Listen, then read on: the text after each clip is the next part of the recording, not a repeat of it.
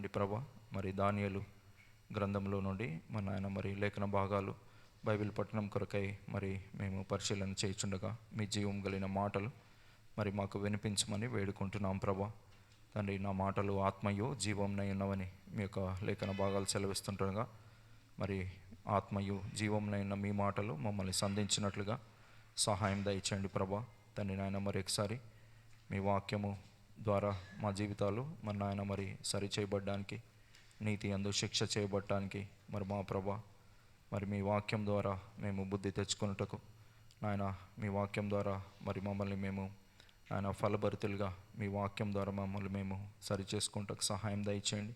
మరి మా ప్రభా మీ జీవం కలిగిన మాటలు మాకు వినిపించమని నన్ను మీ యొక్క రక్తంతో కడిగి పరిశుద్ధపరిచి ఆయన పవిత్రపరిచి నా పెదవులను, నా నాలుకను, నా గొంతుకను మీ యొక్క సిలువ రక్తం చేత పరిశుద్ధపరచమని మీ జీవం కలిగిన మాటలు నా నోట నుంచమని యెషయా గ్రంథము 59వ అధ్యాయం 21వ వచనము మరి ఒకసారి మీ పాదసనలు ఎత్తిపడుతూ మీ ఆత్మను నా మీద ఉంచి మీ మాటలు నా నోట నుంచమని మమ్మల్ని నీ కృపగల హస్తాలకు అప్పచెప్పుకుంటూ దుష్టుని కార్యం లయపరచమని యేసు పరిశుద్ధ నామంలో ప్రార్థించి స్తుతించి వేడుకుంటున్నాం తండ్రి, ఆమేన్.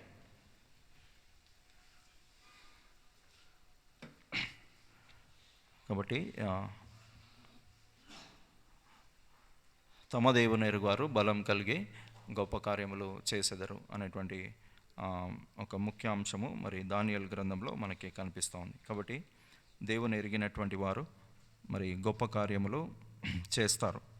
కాబట్టి దానియేలు మరి బబులోను సామ్రాజ్యంలో మరి దేవుని ఎరిగినటువంటి వాడిగా మరి దేవునితో సన్నిహిత సంబంధం ఉన్నటువంటి వ్యక్తిగా మనం చూస్తుంటున్నాం.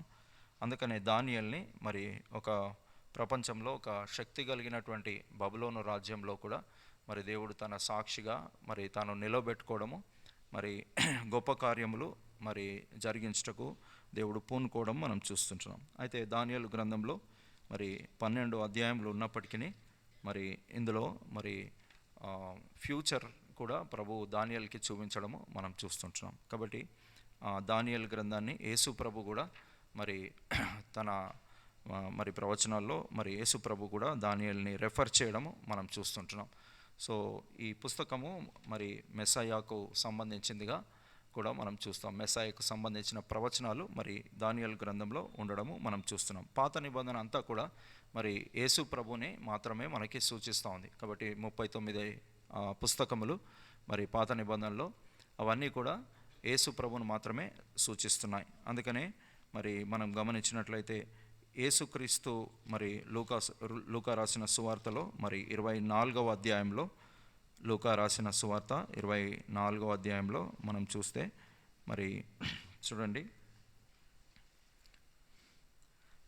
44వ వచనంలో మనం గమనించినట్లయితే, అంతటా ఆయన మోషే ధర్మశాస్త్రంలోను ప్రవక్తల గ్రంథములోను కీర్తనలోను నన్ను గూర్చి వ్రాయబడినవన్నీ నెరవేరవలనని నేను మీ వద్ద ఉండినప్పుడు మీతో చెప్పిన మాటలు నెరవేరినవని వారితో చెప్పాను. కాబట్టి యేసు ప్రభు కూడా మరి మోషే ధర్మశాస్త్రము, రెండవది ప్రవక్తల గ్రంథములు, మూడవదిగా మరి కీర్తనలు అని ఈ మూడింటిని కూడా యేసు ప్రభు మరి కోట్ చేయడం మనం చూస్తున్నాం. కాబట్టి ఈ మూడిట్లో కూడా ధర్మశాస్త్రం అంటే మరి మొదటి పంచకాండములు గా మనం చూసుకోవచ్చు. అండ్ ప్రవక్తలు మేజర్ ప్రాఫిట్స్, మైనర్ ప్రాఫిట్స్ మనము పాత నిబంధనలో చూస్తాం.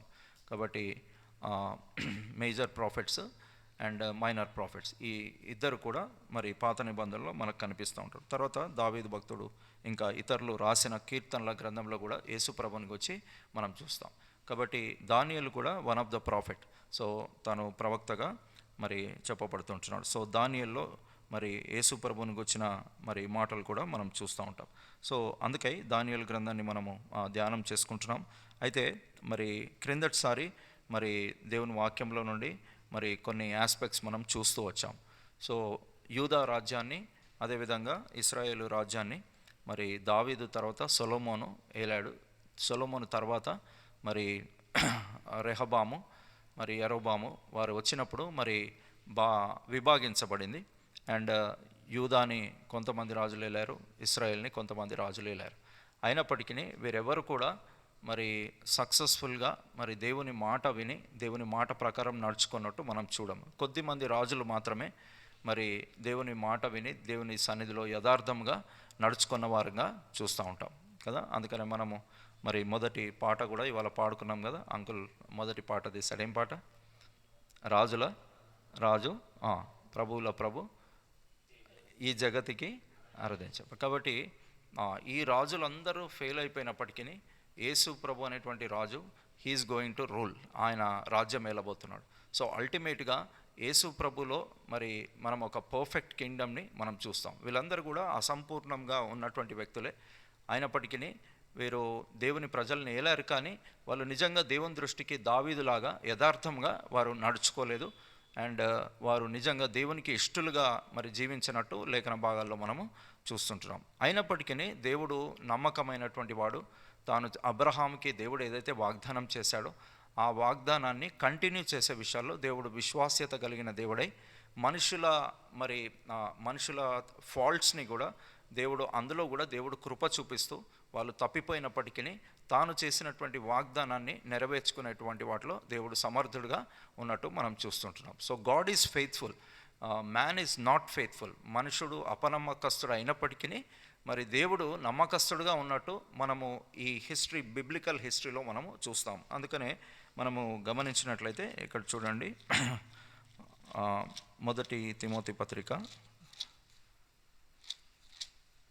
రెండవ తిమోతి పత్రిక 2వ అధ్యాయము 13వ వచనం చూడండి. 2వ తిమోతి పత్రిక 2వ అధ్యాయము 13వ వచనం. మనము నమ్మదగని వారమైనను ఆయన నమ్మదగిన వాడుగా ఉండును అనే మాటను మనం చూస్తున్నాం. So though we humans are unfaithful, God is faithful.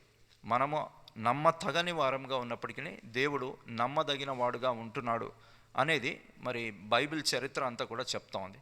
So బైబిల్లో మనము గమనించినట్లయితే మరి విశ్వాసులకు తండ్రి అబ్రహాము మొదలుకొని మరి చివరి వరకు యేసు ప్రభు వచ్చేంత వరకు కూడా ఎంతోమంది వారు నమ్మదగని వారుగానే ఉన్నారు. అయినప్పటికీ దేవుని యొక్క నైజము, దేవుని యొక్క క్వాలిటీ ఏంటిదంటే ఆయన నమ్మదగిన వాడుగా ఉంటాడు.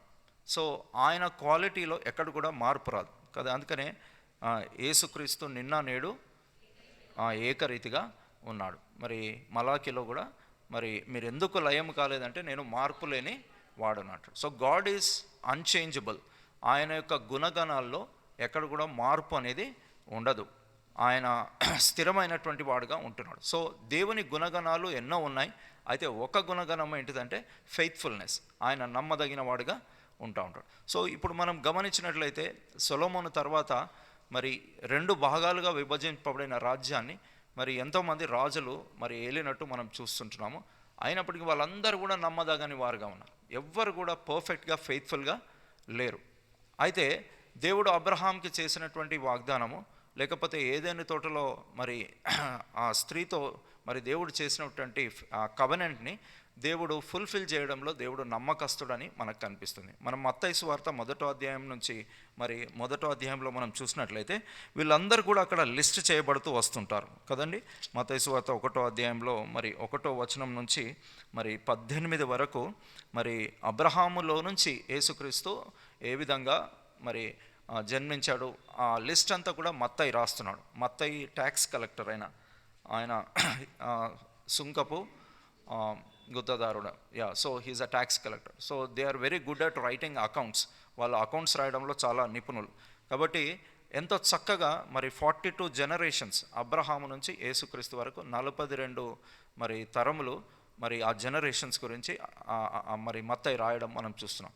ఇందులో ఎంతోమంది మరి అన్ఫెయిత్ఫుల్గా ఉన్నారు. అయినప్పటికీ దేవుడు అబ్రహాంకు చేసినటువంటి వాగ్దానాన్ని మరి నెరవేర్చే విషయాల్లో దేవుడు ఎక్కడ కూడా మరి ఫెయిల్ కాలేదు అనే విషయాన్ని మనం చూస్తున్నాం. అందుకని పౌలు తిమోతికి అంటున్నాడు, మనము నమ్మదగని వారమైనను ఆయన నమ్మదగిన వాడుగా ఉంటాడు. సో నేను పరిశోధిస్తూ ఉంటే 7 ఏరియాస్లో దేవుడు నమ్మదగిన వాడుగా ఉంటాడని లేఖన భాగాల్లో నుంచి ధ్యానిస్తూ వచ్చాను. సో అది ఇప్పుడు మనకు అవసరం లేదు. But is a faithful God అంటే yes, he's a faithful God కదండి. మనుషులు పడిపోతూ వచ్చారు, మనుషుల్లో ఎన్నో పతనాలు ఉన్నాయి, మనుషులు దేవునికి అపనమ్మకంగా ఉన్నప్పటికీ దేవుడు తన వాగ్దానాన్ని నెరవేర్చే విషయాల్లో నమ్మదగిన వాడుగా ఉన్నాడు. అందుకనే యేసుక్రీస్తు జన్మించడం అనేది ఇట్స్ అ వండర్. అందుకనే మరి మత్తయి సువార్తలో మరి ఆ లిస్ట్ అంతా కూడా రాస్తున్నట్టు మనం చూస్తుంటున్నాం. అందులో భాగంగా ఈ దానియేలు గ్రంథం కూడా అందులో భాగంగా ఉంటుంది. చూడండి, మత్తయి సువార్త 1వ అధ్యాయంలో మరి మనం చూసినట్లయితే 12వ వచనంలో 11, 12లో చూస్తే, యూదులు బబులోనుకు కొనిపోబడిన కాలములో యోషియా యొకన్యాను అతని సహోదరులను కనెను. 12వ వచనంలో కూడా చూస్తే మత్తయి 1:12లో బబులోనుకు కొనిపోబడిన తర్వాత యొకన్యా షయల్తీయేలును కనెను అనే మాటలు మనం చూస్తున్నాం. So there is a reference of Babylon in Matthew 1st chapter. Mattayi 1st చాప్టర్లో బబులోను చెరగా తీసుకుపోబడ్డము ప్రస్తావిస్తున్నాడు. ఎందుకు చెరగా వెళ్ళారు అని అంటే, మనుషులు మరి దేవునికి విరోధంగా పాపం చేయడం మాత్రమే కాదు కానీ తిరుగుబాటు చేస్తూ వచ్చారు. It's not just turning away from God, but they were rebelling against God. So పాపం వైపు తిరగడం వేరే, తిరుగుబాటు చేయడం అదే రెండవ దశ. కాబట్టి మనుషులు ఆ విధంగా చేసిన కారణాన దేవుడు ఎంతో కృప చూపిస్తూ ఎంతో సమయాన్ని వారి పాపంల విషయంలో వాళ్ళు పశ్చాత్తాపడి దేవుని వైపు తిరగడానికి దేవుడు ఎంతో సమయం ఇచ్చి దాని తర్వాత దేవుడు వారిని బబులోనికి పంపించడము మనం చూస్తున్నాం. అందుకనే దానియేలు గ్రంథాన్ని మనం చదువుతున్నాం. చూడండి, ఈ అన్ఫెయిత్ఫుల్నెస్లో నుంచి కూడా బబులోను అనగానే మనకి ప్లెజెంట్ థింగ్ ఏది గుర్తుకు రాదు కదండి. బబులోన్ అంటే ఏంటిది? అది చెర కదండి.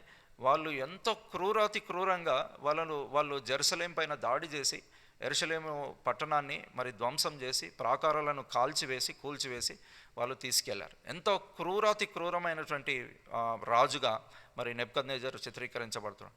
అండ్ ఆయన ఆ టైంలో ఆ పనిష్మెంట్ అదంతా కూడా చూస్తే ఇక అయిపోయింది, దేవుని ప్రజలకి ఇక హోప్ లేదు అనేటువంటి సినారియో మనకు కనబడుతుంది. చూడండి, అందరూ కూడా ఫెయిల్ అయిపోయారు. చివరికి లాస్ట్కి పెట్టినటువంటి ఆ రాజులు కూడా వాళ్ళు ఫెయిల్ అయిపోయారు. ఇక దేవుని ప్రజలు ఎక్కడ ఉంటారు అని చాలామంది అనుకుంటూ వచ్చారు. బట్ ఇక్కడ మత్తయి 1:11, 12లో చూస్తే that's the faithfulness of God. అది దేవుని యొక్క నమ్మదగిన తత్వం. దేవుడు వారిని బబులోనుకు అప్పచెప్పినప్పటికీ మరి తన కొరకై ఒక శేషాన్ని దేవుడు నిలుపుకుంటూ వచ్చాడు కదండి. సో దేవునిలో ఒక గుణగణం ఉంది, దేవుడు దీర్ఘశాంతుడు. ఎటువంటి వాడు? Is a long suffering God. కాబట్టి ఆయన దీర్ఘశాంతంలో దేవుడు వారికి కనికరాన్ని కృపను చూపిస్తూ వారు ఎంత పడిపోయినప్పటికీ దేవుడు వారిని క్షమిస్తూ తిరిగి యెరూషలేంకి వారిని తీసుకురావడము మనం చూస్తున్నాం. వాళ్ళు 70 సంవత్సరంలో బబులోన్లో ఉన్నారు. ఆ టైంలో దానియేలుని దేవుడు ఎన్నుకోవడము మనం చూస్తాం. So Matthew 1st chapter is a wonderful story. There are lot of failures. People have failed God, but God did not fail them. మనుషులందరూ కూడా ఈ 42 తరాలలో ఎంతోమంది దేవునికి అపనమ్మకస్తులు, దేవుడు మాత్రం నమ్మదగిన వాడుగా ఉంటూ వచ్చాడు. అందుకనే ఆయన నమ్మదగిన తత్వంను మనం గుర్తు చేసుకుంటే మనం ఆయనను ఆరాధించకుండా ఉండలేము. We are unfaithful, every day we will be unfaithful, but God is faithful. ఆయన నమ్మదగిన వాడుగా ఉంటాడు. అందుకనే యేసుక్రీస్తు జన్మించాడు. ఇంతమంది ఫెయిల్యూర్స్ లోపల నుంచి యేసుక్రీస్తును దేవుడు తీసుకొచ్చే విషయాల్లో దేవుడు ఎంతో పర్ఫెక్ట్గా మరి తన కృపను ఎగ్జిక్యూట్ చేస్తూ వచ్చాడు. అందుకనే లూకా రాసిన సువార్తలో కూడా మనం గమనించినట్లయితే చూడండి, లూకా రాసిన సువార్త 1వ అధ్యాయము 54వ వచనం చూడండి. Luke's gospel 1st chapter 54th verse చదవండి. అబ్రహామునకును అతని సంతానమునకును యుగాంతము వరకు. కాబట్టి ఎంత అద్భుతమైన మాట మరియా చెప్తా ఉంది కదండి. So she was a young lady. వయసులో తాను చిన్నదే, కానీ దేవునికి వచ్చిన అనుభవం చూడండి, తను ఎంత చక్కగా మాట్లాడుతూ ఉంది చూసారా. అంత తక్కువ వయసులో తాను దేవునికి వచ్చిన అవగాహన, the understanding of God for Mary in that very young age. కాబట్టి అబ్రహాము గురించి మాట్లాడుతూ ఉంది తను. అబ్రహామునకును అతని సంతానమునకు ఎప్పటి వరకట? యుగాంతము వరకు, until the end of ages. తన కనికరము చూపి జ్ఞాపకము చేసుకుంటుడని మన పితరులతో సెలవిచ్చినట్లు ఆయన తన సేవకుడైన ఇశ్రాయేలునకు సహాయము చేశాను అంటాం. What a wonderful statement by Mary కదండి. సో అబ్రహాంకి ఇచ్చినటువంటి వాగ్దానం ఇక్కడ దాకా కంటిన్యూ చేశాడు. అందుకనే మత్తయి 1లో ఆ 42 జనరేషన్స్ని రాస్తాం. సో మరియా కూడా దాన్ని కోట్ చేస్తూ ఉంది. ఎందుకు, ఏం చూపించాడట? తన కనికరము, చదవండి, తన కనికరాన్ని చూపిస్తూ వచ్చాడు. అందుకనే కృపకి కనికరానికి తేడా ఏంటి? కృపకి కనికరానికి తేడా ఏంటి? What is the difference between grace and mercy? కృప అంటే మనం దేనికి అర్హులము కాదో దానికి అర్హులుగా చేస్తుంది. మనము పరలోకానికి అర్హులము కాదు, మనం రక్షణకి అర్హులము కాదు, బట్ మీరు విశ్వాసం ద్వారా కృప చేతనే రక్షింపడు. సో కృప మనం దేనికి అర్హులం కామో దానికి అర్హులుగా చేసింది. వాట్ ఈస్ కనికరము? కనికరం అంటే మనము దేనికి అర్హులమో దానికి అర్హులు కాకుండా చేసింది. మనము నరకాగ్నికి అర్హులము, అగ్నిగంధకముల గుండములకు మనము అర్హులము. Do we deserve that? Don't we deserve? మనము దానికి పాత్రులమా కాదా? పాత్రులమే. మనము ఉగ్రతకు పాత్రులం బేసికల్గా. అయితే దేవుని కనికరము ఇంటర్ఫియర్ అయి మనము దేనికైతే పాత్రులమో దానికి కాకుండా చేస్తుంది. అంటే అగ్ని గంధకముల గుండం నుంచి, దేవుని యొక్క ఉగ్రత నుంచి మనల్ని తప్పించేదిగా ఉంటుంది. చూసారా? అందుకనే రోమా 1లో కూడా మనం గమనించినట్లయితే వాట్ వర్ వి బిఫోర్ అని అనేది నేను ఈ మధ్యలో ధ్యానిస్తూ ఉంటే మనము అంటే డివియేట్ కావట్లేదు, ఒక 1 వర్స్ చూసుకొని ముందుకు వెళ్దాము. రోమా 1వ అధ్యాయంలో మరి 18వ వచనం చూస్తే 18 చూస్తే, దుర్నీతి చేత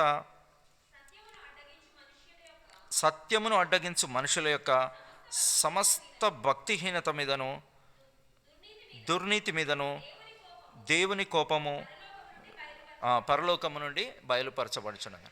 అంటే దుర్నీతి చేత సత్యమును అడ్డగించు మనుషులుగా మనం ఉంటిమి. నిజంగా రక్షింపబడకముందు మన పరిస్థితి కూడా ఇదే కదండి.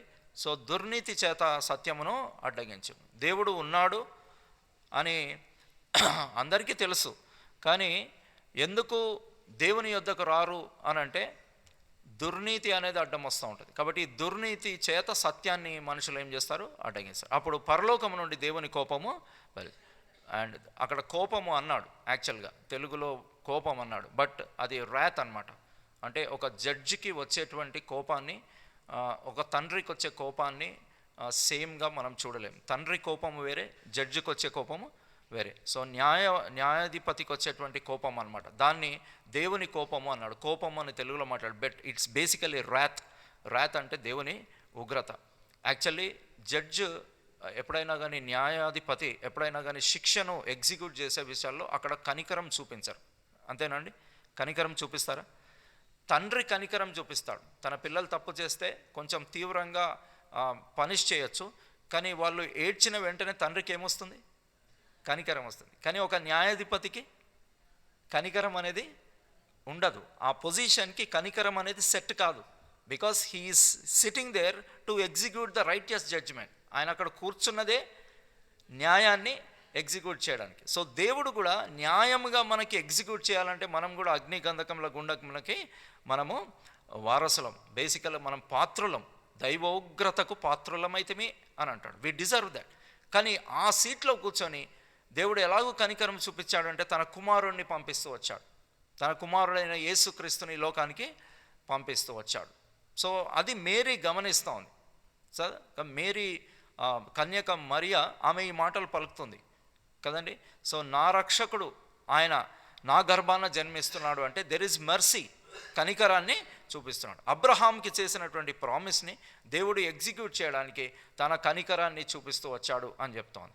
సో మనమందరం కూడా దేవునికి వందనస్తులమై ఉంటున్నాం. ఎందుకంటే had he not shown mercy, దేవుడు కనికరం చూపించకపోతే ఎక్కడనో ఆ తరాలు మధ్యలోనే అంతరించి వెళ్ళిపోయేటి కదండి. నోవహు టైంలో దేవుడు ఆ ఫస్ట్ జనరేషన్ అంతటిని కూడా తుడిచేశాడా లేదా? తుడిచేశాడా? నేను తుడిపి వేస్తాను అని దేవుడు చెప్పాడు. I will wipe off them from the face of the earth అన్నాడు. వైప్ అంటే క్లీన్ చేసేస్తాను, ఇంకెవ్వరు కూడా ఉండరు, కేవలము నోవహు అతని కుటుంబం మాత్రమే ఉంది. So can God do that? అది దేవుడు మన పట్ల చేయలేడా? చేయగలడు, కానీ చేయట్లేదు. దట్ ఈస్ కాల్డ్ కనికరం. అది దాన్ని ఏమంటాము? కనికరం. అందుకనే మనము రక్షణ విషయంలో నిజంగా క్రొత్త నిబంధనలో కూడా జాన్ 12లో ఆమె కన్నీటితో ఆయన పాదాలని తుడుస్తూ ఉంది. ఎందుకంటే షీ అండర్స్టూడ్ యేసు ప్రభు ఏం చేస్తున్నాడనేది తనకు అర్థమై ఆమె ముందుగా ఆయన పాదాలని ఆమె కన్నీటితో కడుగుతుంది. ఒక అత్తరబుడ్డి పగలగొట్టింది. And why she is doing that అంటే people who have understood mercy. కాబట్టి మనం కనికరానికి పాత్రులం కాదు. ఈ రాజులందరినీ కూడా మనం ధ్యానించుకుంటూ వస్తూ ఉంటే ఎంత భయంకరమైనటువంటి వికెడ్ థింగ్స్ వాళ్ళు చేశారు. సో దేవుడు అదే దేవుడు, నోవహు టైంలో ఉన్న దేవుడే ఇప్పుడు కూడా ఉన్నాడు. బట్ ఆయన తన కుమారుడైన యేసుక్రీస్తుని లోకానికి పంపించడానికి ఉద్దేశించి ఆ యేసుక్రీస్తుని తీసుకురావడానికి ఒక రెమనెంట్ని అంటే ఒక శేషాన్ని దేవుడు నిలిపే ప్రక్రియలో ఇదంతా చేస్తున్నాడని మనము అర్థం చేసుకోవాలి. అందుకనే యేసు ప్రభువే గాక వసుధలో ఆయన లేకపోతే మనకు మెర్సీ లేదు. The Bible is speaking about Jesus. Bible యేసు ప్రభు గురించి మాట్లాడుతుంది. కాబట్టి ఆయన మన ఫోకస్. ఈ బైబిల్ స్టడీస్ అన్నిట్లో కూడా ఎవరు మన ఫోకస్? యేసు ప్రభు మన ఫోకస్. కాబట్టి యేసు ప్రభు గురించి దానియేలు కూడా ప్రవచించాడు. యాజ్ వి మూవ్ ఫార్వర్డ్ మనం చూస్తూ ఉంటాం. కాబట్టి వీ నీడ్ టు అండర్స్టాండ్. అందుకనే ఆమె అంటా ఉంది, ఒక్కసారి మనం చూస్తే లూకా 1లో మరి 54లో కనికరము చూప జ్ఞాపకం చేసుకున్నాడు అని అంటున్నాడు. So what a wonderful God. అందుకనే నాకు కూడా ఆ పాట గుర్తుకొస్తూ ఉంటుంది కదా, కృప కనికరముల మా దేవ కృతజ్ఞత నార్పింది. సో కృప కలిగినటువంటి దేవుడు, కనికరము కలిగినటువంటిది. చూడండి, అందుకనే 50 వచనంలో ఆమె ఏమంటా ఉంది? 50 వచనంలో ఆయనకు భయపడు వారి మీద ఆయన కనికరము తరతరము. కాబట్టి that's also a wonderful statement. అందుకనే నేను ఆదికాండాన్ని స్కాన్ చేస్తూ ఉంటే మరి 12వ అధ్యాయం నుంచి 50వ అధ్యాయం వరకు 4 వ్యక్తుల గురించే రాయబడింది. It's only about 4 people. ఎవరెవరు? అబ్రహాము, ఇస్సాకు, యాకోబు, యోసేపు. ఈ 4 కూడా దేవునికి భయపడ్డారు అని ఆ 12th నుంచి 50th చాప్టర్ మధ్యలో దేవుడు రికార్డ్ చేపించాడు కదండి. కాబట్టి ఆదికాండము 22:18 చూస్తాము. ఆదికాండము 22:18లో మనం గమనించినట్లయితే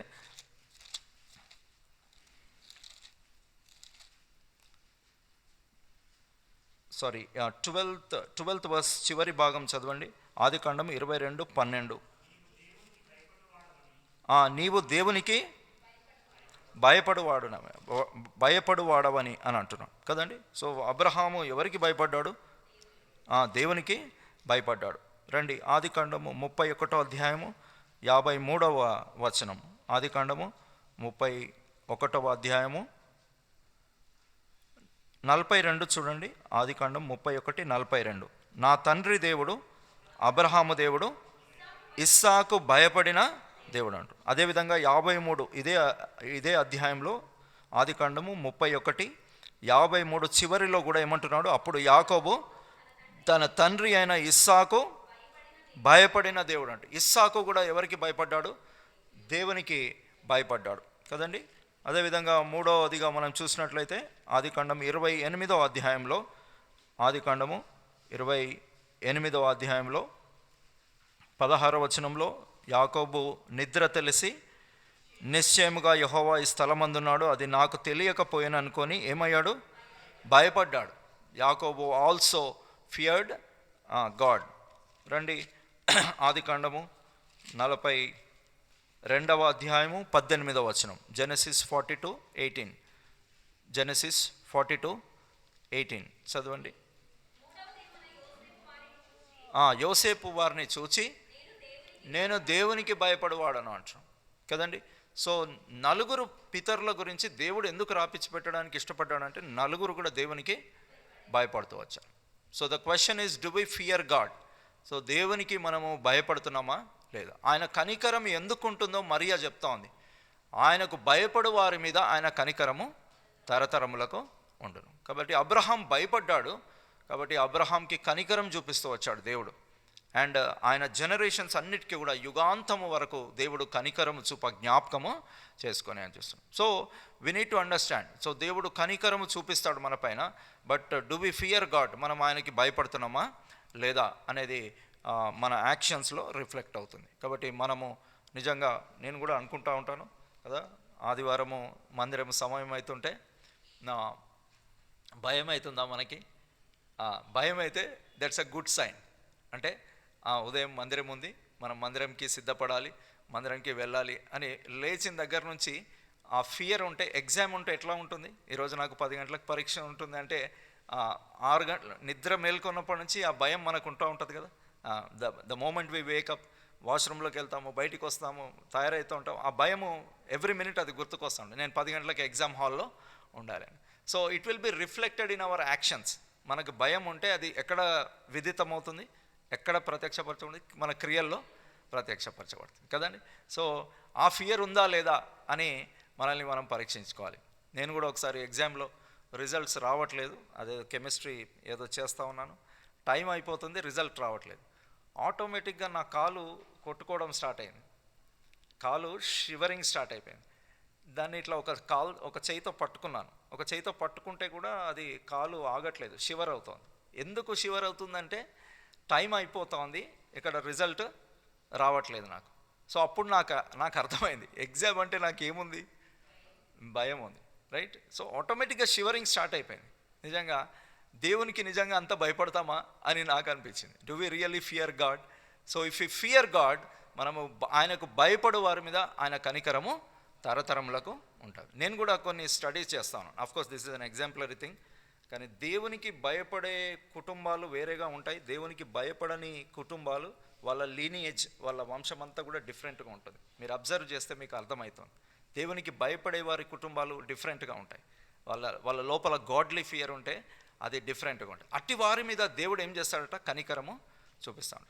సో రియల్లీ అన్ఫెయిత్ఫుల్ పీపులే అయినప్పటికీ దెర్ వర్ రెమినెంట్, తను ఏర్పరచుకునే వారు కొద్దిమంది, వాళ్ళు శేషంగా దేవుడు వాళ్ళని నిలుపుతూ వచ్చాడు, వాళ్ళు దేవునికి భయపడుతూ వచ్చారు. కాబట్టి అందుకనే ఆ 12 నుంచి 50వ అధ్యాయం వరకు ఆదికాండంలో నలుగురు గురించి ఎంతో విపులంగా దేవుడు రాపిచ్చి పెట్టడానికి ఇష్టపడ్డాడు. ఈ నలుగురు కూడా దేవునికి ఏం చేయారు, భయపడ్డారు.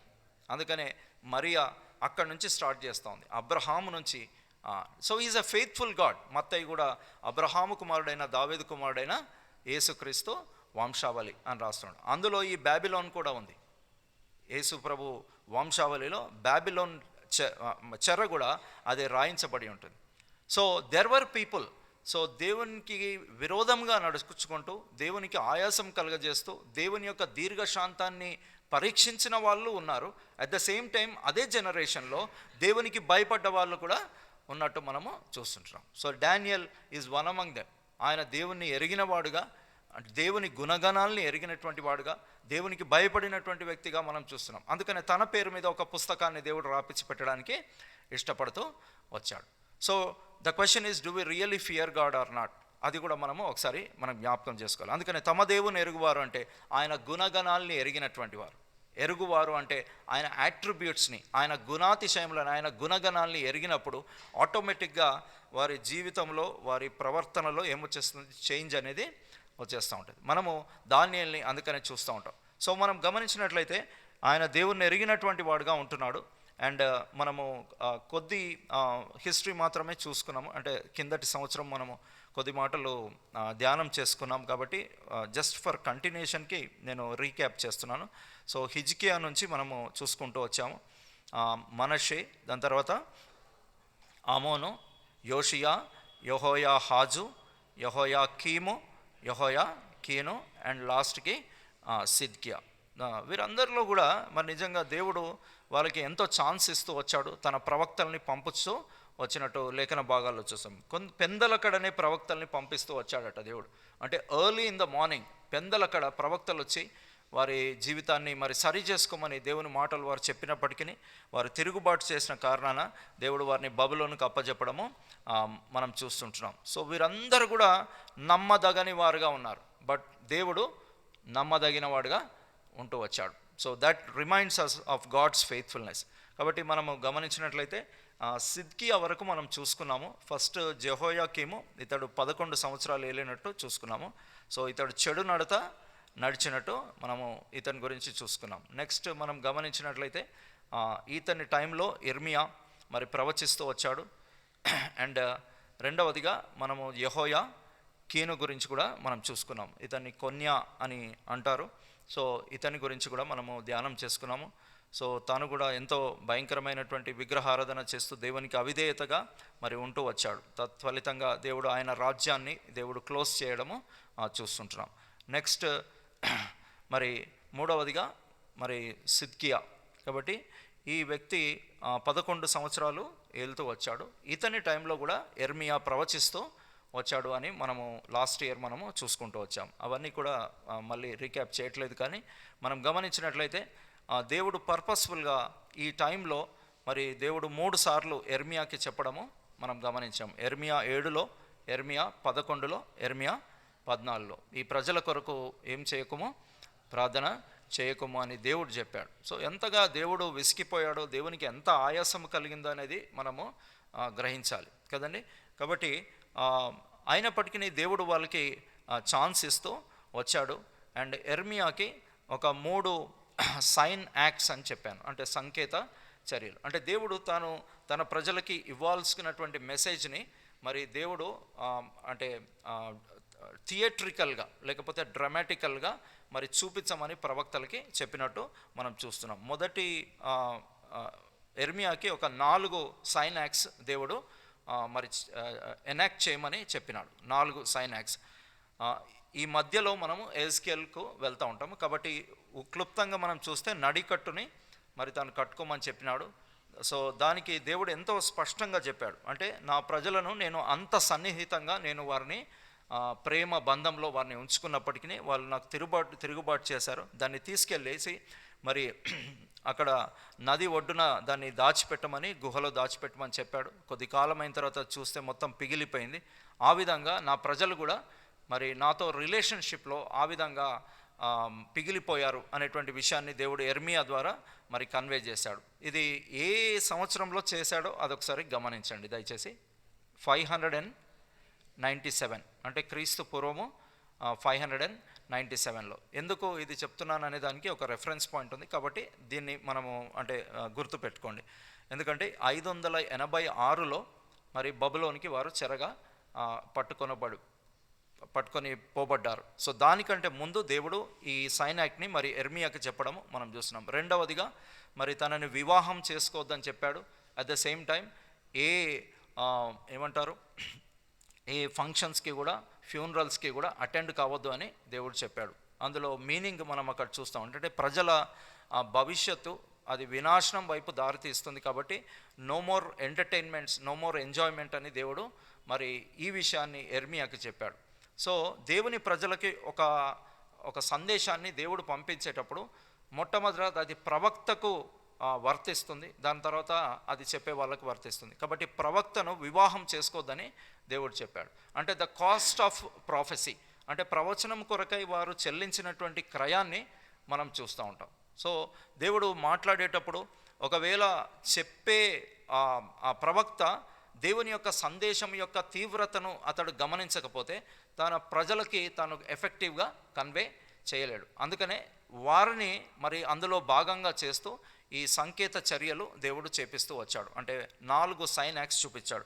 రెండవది వివాహం చేసుకోవద్దన్నాడు. మూడవది ఒక కుండను తెచ్చి, మట్టి కుండను తెచ్చి వారి ముందు పగలగొట్టమని చెప్పాడు. అంటే యెరూషలేము ఈ విధంగా పగలగొట్టబడుతుంది అనేటువంటి ఆ మెసేజ్ని, అనేటువంటి సారాంశాన్ని దేవుడు వాళ్ళకి కన్వే చేస్తూ వచ్చాడు.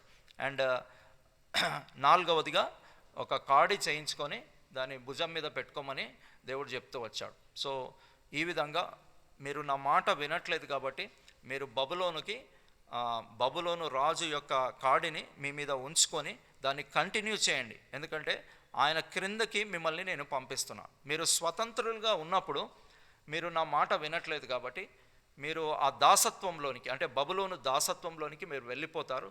అది నా పనిష్మెంట్ అని దేవుడు వారికి చెప్తూ వచ్చాడు. నిజమేనా అంటే నిజమే. మనం కంఫర్ట్లో మనం జనరల్గా దేవుని మాట వింటామా? It's natural. మనం కంఫర్ట్స్లో ఉన్నప్పుడు దేవుని మాట వినము కదండి. నేను కూడా అందుకనే ఈ 2 థింగ్స్ దేవుని వాక్యంలో అబ్జర్వ్ చేస్తూ వచ్చాను.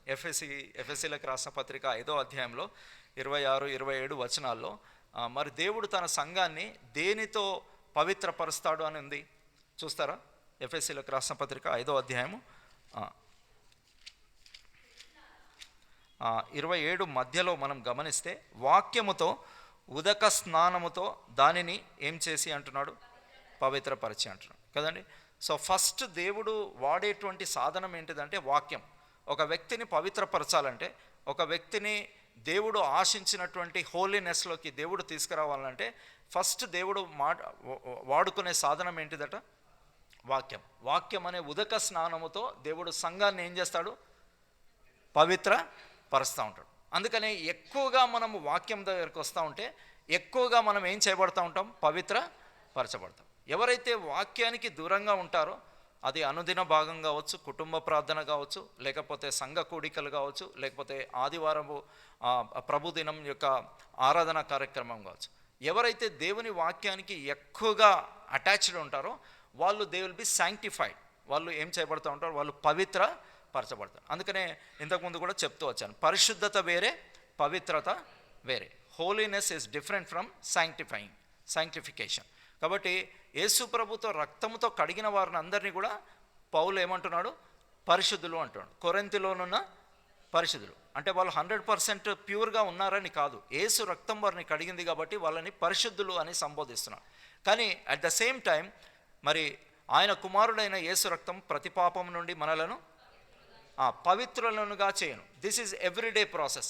సో ప్రతినిత్యము మనం ప్రభు యొక్క రక్తం కిందికి, యేసు ప్రభు రక్తం కిందికి వచ్చినప్పుడు మనం ఏమవుతూ ఉంటాం, ఈ లోకంలో పవిత్రపరచబడదు. సో పరిశుద్ధత వేరే, పవిత్రత వేరే. పరిశుద్ధత అనేది దేవుడిచ్చిన పొజిషన్, కానీ పవిత్రత అనేది ఎవ్రీడే ఆయన రక్తం కిందికి మనం రావాలి. ఈ శరీరంతో ఉన్నంత కాలము మనము పడిపోయేటువంటి అవకాశాలు ఉంటాయి కాబట్టి ప్రతిసారి కూడా, అందుకనే బల్ల కూడా మనకి ప్రతి ఆదివారము ప్రభు యొక్క రక్తము మన మధ్యలో ఎందుకు ఉంచబడుతుంది, దానికి సాదృశ్యంగా ఉన్న ద్రాక్షరసం, right. So every time we fall down, we come to the Lord's table, we confess our sin, and then we get sanctified by his precious blood, and then we take part and we continue this spiritual journey. అందుకనే బల్ల మన మధ్యలో ఉంచబడుతుంది. కొన్ని సహవాసాల్లో రెగ్యులర్గా బల్ల ఇవ్వరు, దాని ద్వారా ఏం కారు మనుషులు.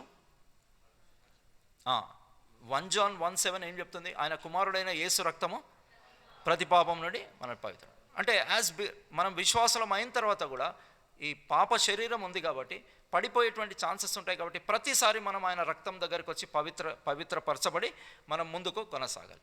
ఒకవేళ అది ఇన్స్టిట్యూట్ చేయకపోతే, ఏది ప్రభు యొక్క శరీరం, ప్రభు యొక్క రక్తము మన మధ్యలో అది పెట్టకపోతే మనం ఏమవుతూ ఉంటాము, పవిత్రపరచుకునే ఛాన్సెస్ ఉండవు.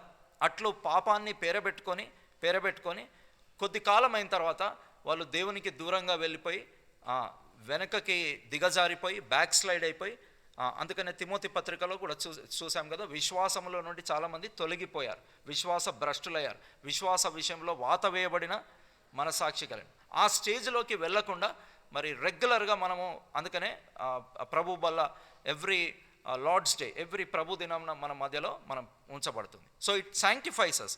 యేసు ప్రభు రక్తం దగ్గరికి వచ్చిన ప్రతిసారి మనం ఏం చేయబడుతూ ఉంటాం, పవిత్ర పరచబడుతూ ఉంటాం కదండి. అందుకని 1 యోహాను 3వ అధ్యాయం 3వ వచనంలో కూడా మనము ఆ మాటలు చూస్తాం. 1 John 3rd chapter 3rd verse కూడా చూడండి.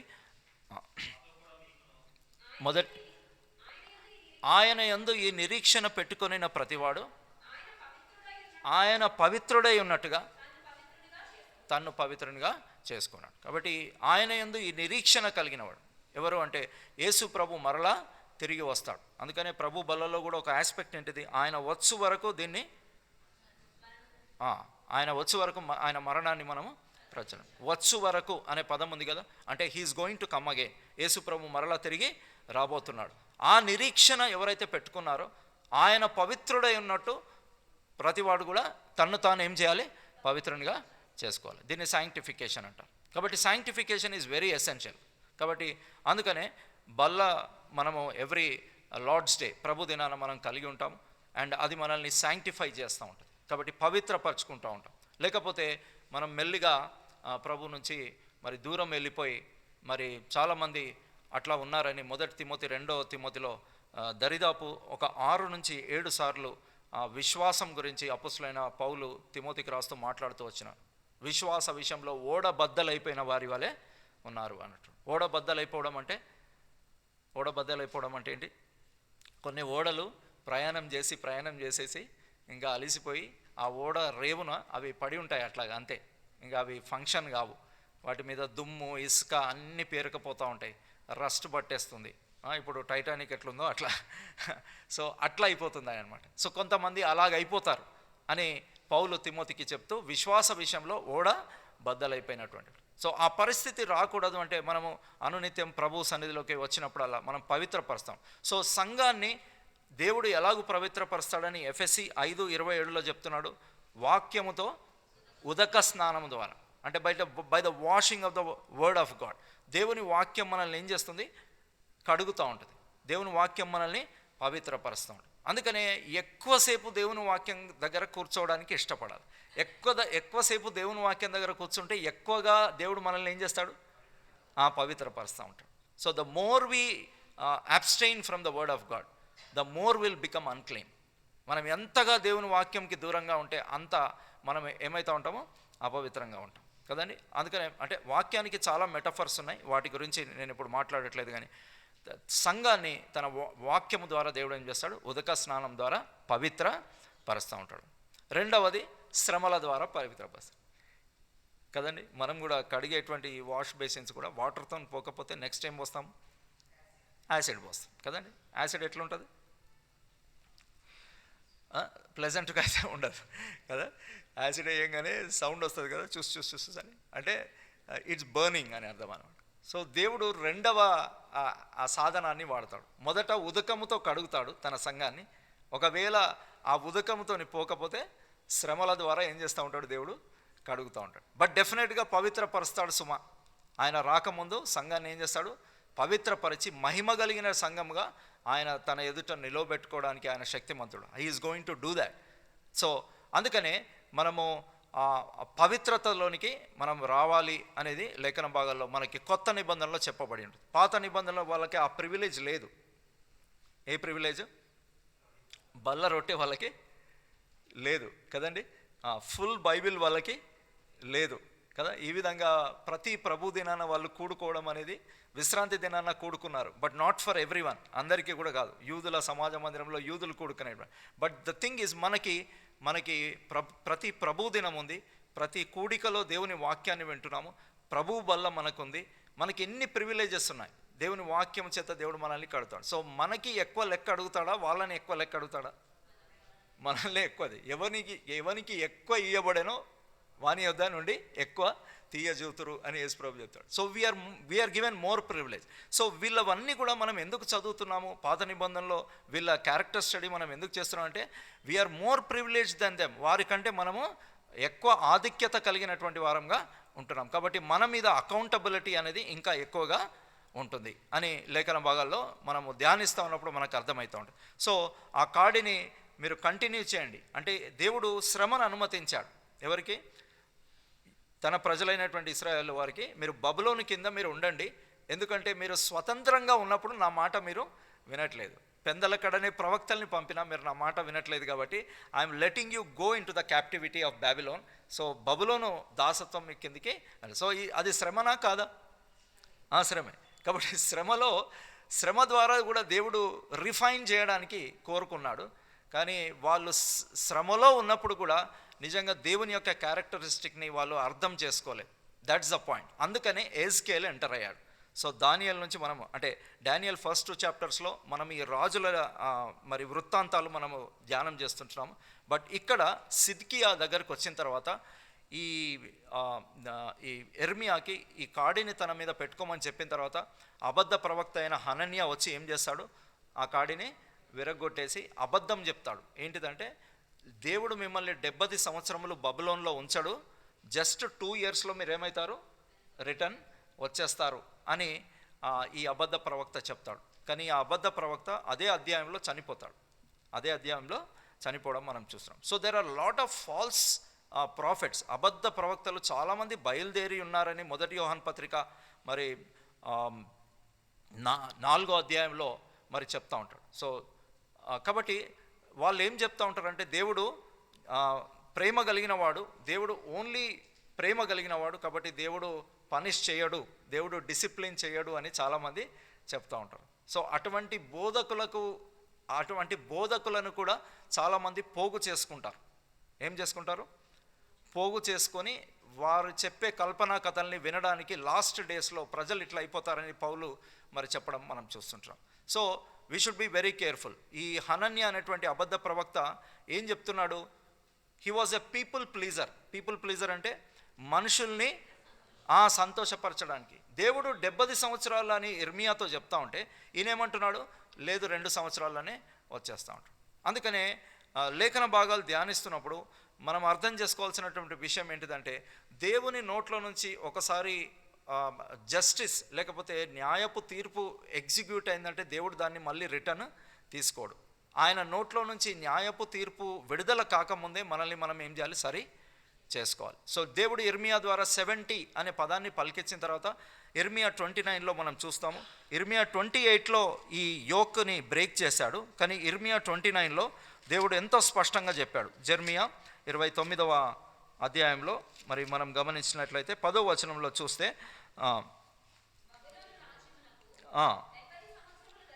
గతించిన తర్వాతనే మిమ్మును గూర్చి నేను పలికిన శుభవార్త ఈ స్థలమునకు మిమ్మను తిరిగి రప్పించినట్లు మిమ్మను దర్శించున్నాను. కాబట్టి 8th వర్స్లో దేవుడు ఎంత స్పష్టంగా చెప్పాడంటే 29:8లో మీ మధ్యనున్న ప్రవక్తల చేత మంత్రజ్ఞుల చేతనైనను మీరు ఏం కాకుడి, మోసపోకుడి. మీలో కలలు కనువారి మాటలు వినకుడి. వారు నా నామమును బట్టి అబద్ధ ప్రవచనములు మీతో చెప్పుదురు, నేను వారిని పంపలేదు, ఇదే యెహోవా వాక్కు. కాబట్టి Jeremiah 29:11 is a wonderful verse of restoration. దేవుడు తన ప్రజల్ని సమకూరుస్తానని చెప్తున్నాడు, but at the same time ఆయన న్యాయం కలిగినటువంటి దేవుడు.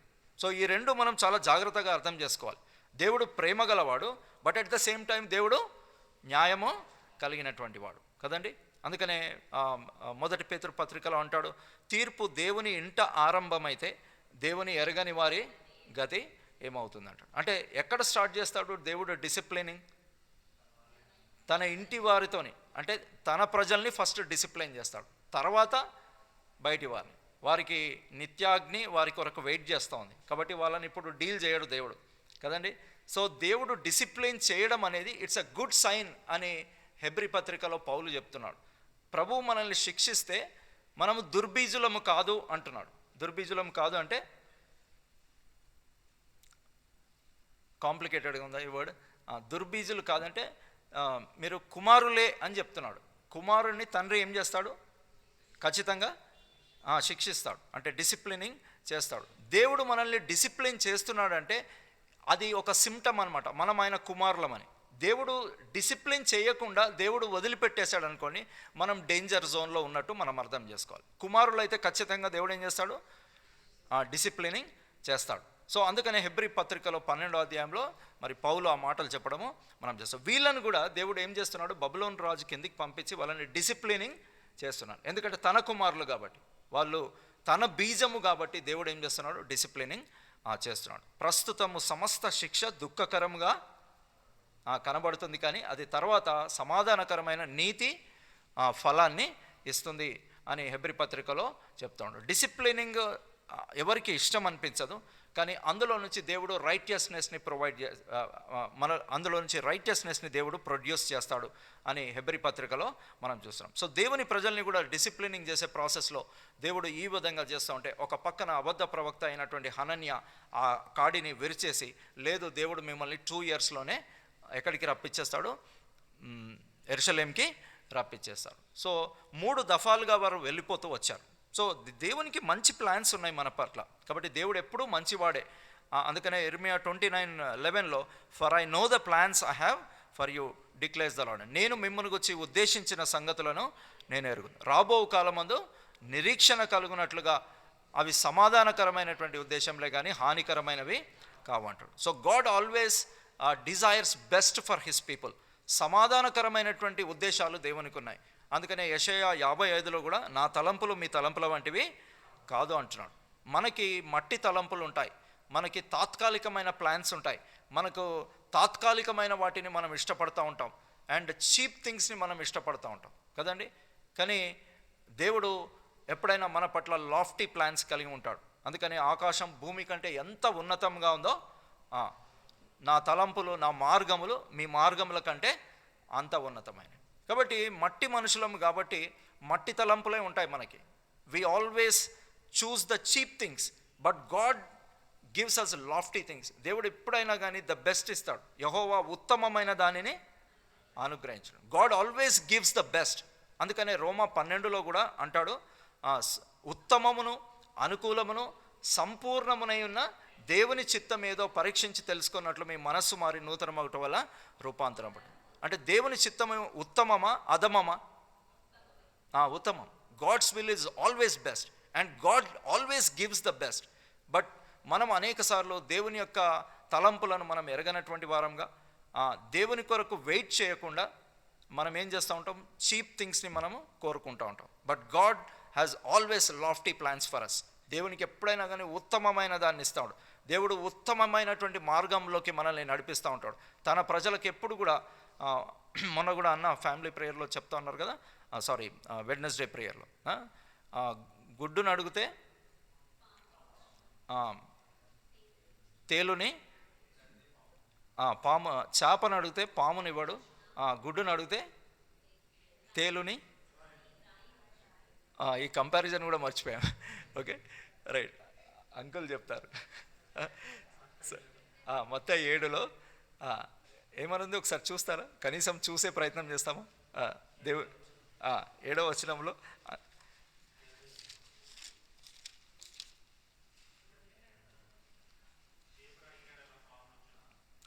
9th రొట్టెని అడిగితే రాతినివ్వడు.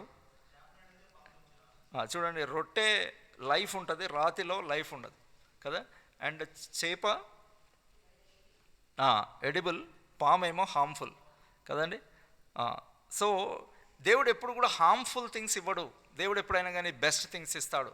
అందుకనే it's worth waiting for God కదండి. యెహోవా కొరకు ఎదురు చూసేవారు నూతన బలం పొందారు. వాళ్ళు పక్షిరాజు వల్ల రెక్కలు చాపి పైకి ఎగుతారు. They that wait in the Lord shall renew their strength like eagles, they will soar like eagles అన్నాడు. పక్షి ఎక్కడ ఎగురుతుంది? పైకి వెళ్ళిపోతుంది. అది it looks at higher things. కాబట్టి మిగతా జంతువులకి పక్షికి తేడా ఏంటిదంటే, ఇవన్నీ మట్టికి సంబంధించినటువంటివి. మట్టిలో తిరుగుతూ ఉంటాయి, మట్టి థింగ్స్నే ఆలోచిస్తూ ఉంటాయి.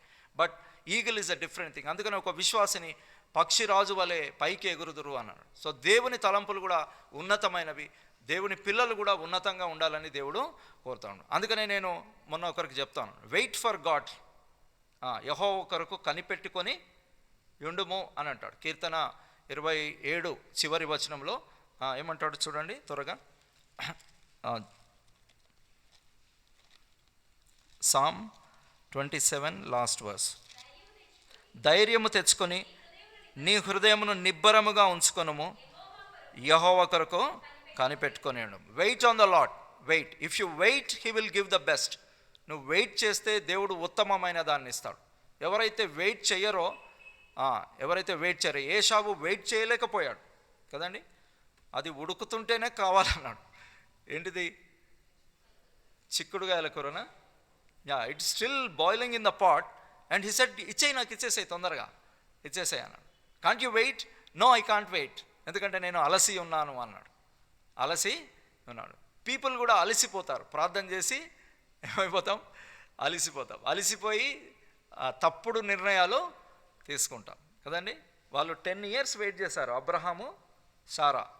10 years వెయిట్ చేసిన తర్వాత అప్పుడు సారా చెప్పింది కదా, ఒక ఐడియా చెప్పింది. దాంతో ఎంతో నష్టానికి దారితీశాడు. 10 years వెయిట్ చేశారు. అబ్రహాంని 75 years అప్పుడు దేవుడు పిలిచాడు. 85th year అంటే 10 అంటే పరీక్షకు గుర్తు, 10 అంటే శ్రమకి గుర్తు. సో ఆ బ్రిమ్ దాకా వచ్చింది, తాను వెయిట్ చేయలేకపోయింది సారా కదండి. సో మనం గమనిస్తాం, నయోమి కూడా 10 years అయిపోయింది కదా, అక్కడ కూడా టెస్ట్ వచ్చింది. రూతు గ్రంథంలో మనం చూస్తాం. సో 10 దినముల వరకు శ్రమ కలుగును, నమ్మకముగా ఉండుము అని దేవుడు చెప్పారు. So wait on the Lord. If you are praying for something, దేని కొరకైనా ప్రార్థన చేస్తున్నట్లయితే దేవుని కొరకు వెయిట్ చేయి. ఆయన చేతిలో నుండి తీసుకోవడము గొప్ప భాగ్యం కదండి. యానిమల్స్ కూడా ఆయన చేతిలో నుండి తీసుకోవడానికి అవి ప్రయత్నం చేస్తాయంట. వాటికి గుప్పిల్ని విప్పి దేవుడు ఏం చేస్తూ ఉంటాడు? ఆహారాన్ని ప్రొవైడ్ చేస్తూ ఉంటాడు. ఎవరి గుప్పిల్ని విప్పుతూ ఉంటాడు? దేవుడు తన గుప్పిల్ని విప్పి ప్రతి జీవి యొక్క కోరికను కూడా దేవుడు తీరుస్తూ ఉంటాడు. సో ఆయన గుప్పిల్లో నుండి తీసుకోవడానికి అవి ఆశపడతాయి. So most of the times people ఏం చేస్తారంటే, దేవునిని ఆశ్రయించకుండా వేరే రూట్స్ వెతుకుతూ ఉంటారు.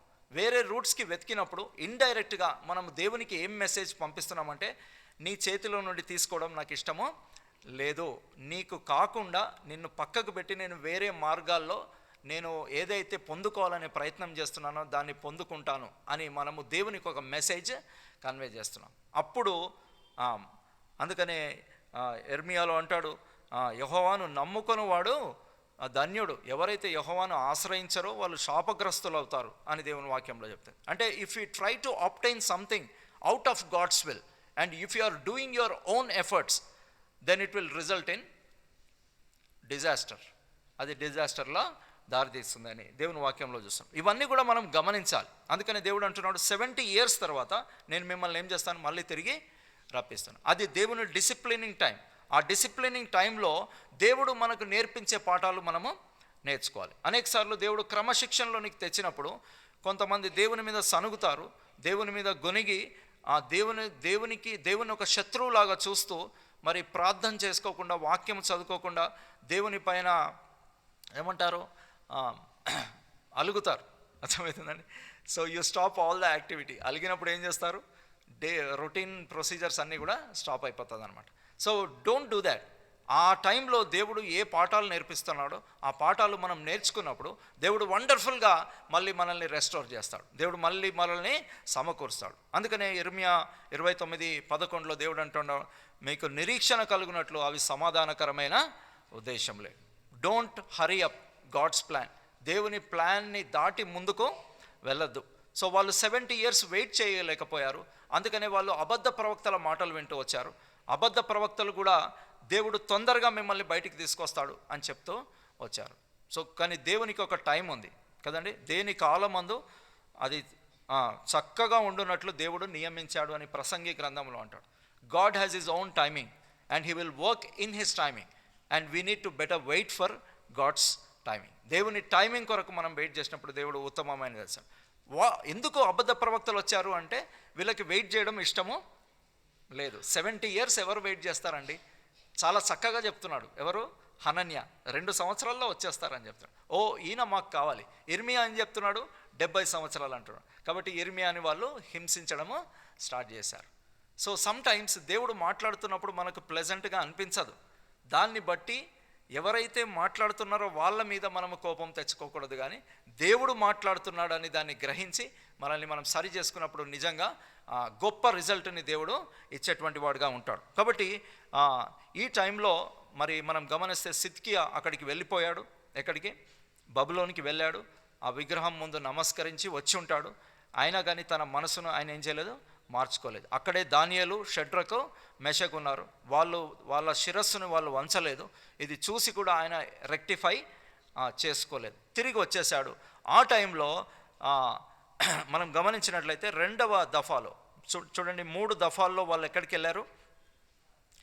బబులోనికి కొనిపోబడుతూ వచ్చారు. ఫస్ట్ ఫేజ్ దానియేలు స్నేహితులు వెళ్ళిపోయారు. 2వ ఫేజ్లో ఎజ్కేలు, యెహోయాకీను, ఎజ్కేలు ఇంకా 10,000 మందిని మరి తీసుకువెళ్ళిపోయాడు.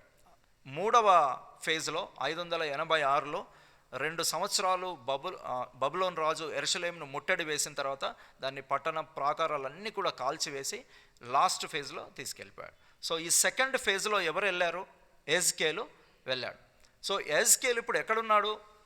బబులోన్లో ఉన్నాడు. సో సెకండ్ ఫేజ్లో బబులోన్కి వెళ్ళిపోయాడు. అక్కడ కూడా ప్రజలు ఏం చేయలేకపోతున్నారంటే 70 సంవత్సరాలు మేము ఇక్కడ ఉండాలా, మేము వెయిట్ చెయ్యము అని వాళ్ళు అంటున్నారు. కానీ దేవుడు అక్కడికి కూడా తన ప్రవక్తను పంపించాడు, ఎజ్కేల్ని పంపించి ఎజ్కేల్ ద్వారా కూడా దేవుడు వారికి వార్నింగ్స్ ఇస్తూ వచ్చాడు. ఆయన దగ్గర 589 వరకు తను ప్రవచిస్తూ వచ్చాడు. సో ఈ ఎజ్కేల్ని మనం గమనించినట్లయితే అందుకనే మనము ఎజ్కేలు